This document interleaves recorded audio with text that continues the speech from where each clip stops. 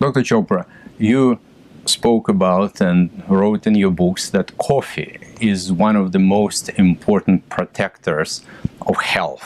Could you please expand on your idea and talk about the coffee's effect for health? Yeah, it's a great question. So, as you mentioned, I'm a liver expert, and I got very intrigued about 25 years ago when I read that coffee drinkers have lower levels of liver enzymes in the blood.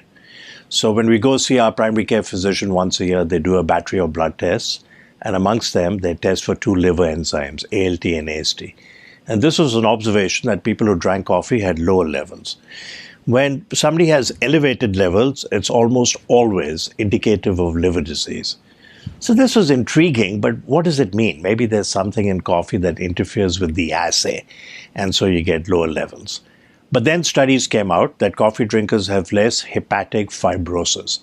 They have less scar tissue in the liver. If there's lots of scar tissue in the liver, totally distorting the liver architecture, with islands of liver cells totally surrounded by scar tissue, fibrosis, we call it cirrhosis. So coffee drinkers had lower levels of liver enzymes, they had less fibrosis.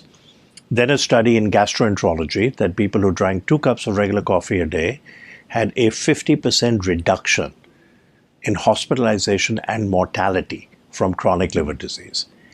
It turns out that primary liver cancer arising in the liver, is now the 3rd leading cause of cancer mortality in the world. And multiple studies and a meta-analysis have shown that people who drink 2 cups of regular coffee, 40% reduction in primary liver cancer mortality. So lower liver enzymes, less scarring, less fibrosis, less hospitalization, less mortality, less liver cancer. It turns out that coffee drinkers also have a lower risk of 4 other common cancers: metastatic prostate cancer, colon cancer, skin cancer, including malignant melanoma, very deadly skin cancer, and endometrial cancer.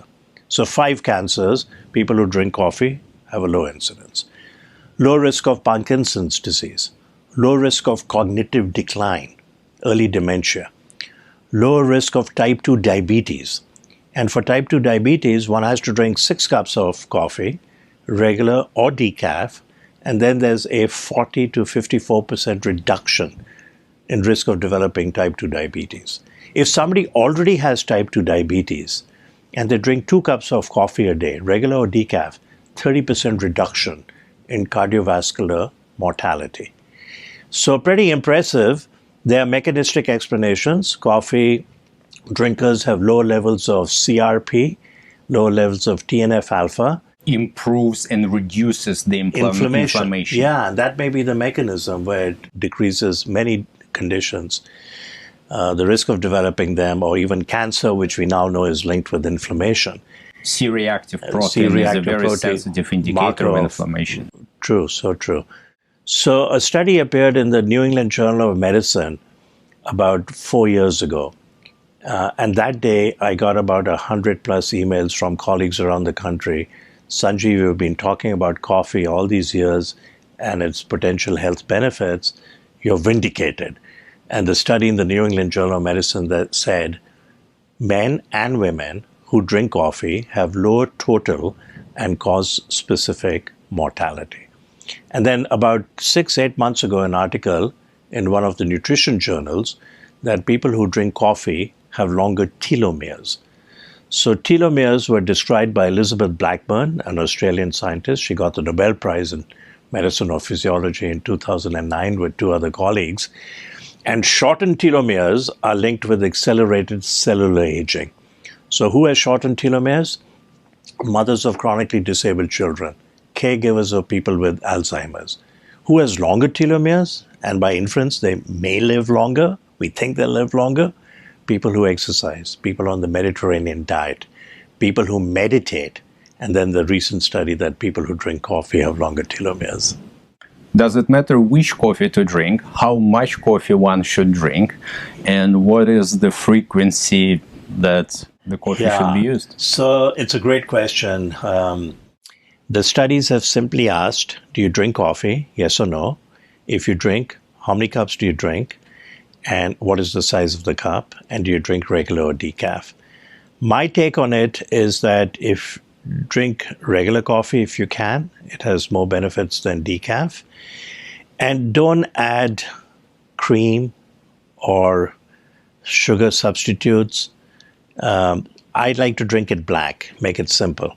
Then I don't have to worry about sugar and splendor and do I put milk and is the milk cold and it's going to make my coffee cold. So I drink black coffee.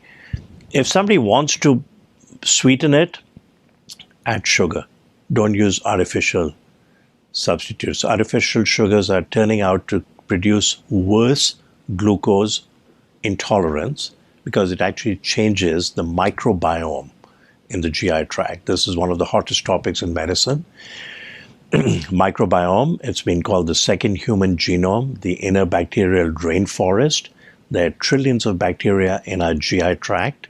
In aggregate, they weigh 3 pounds. It's a newly discovered organ. So if you want to have a Coca-Cola, have a Coca-Cola. Maybe have 1/3, savor it, enjoy it, rather than have a Diet Coke, which has only 1 calorie, but actually has many injurious health effects.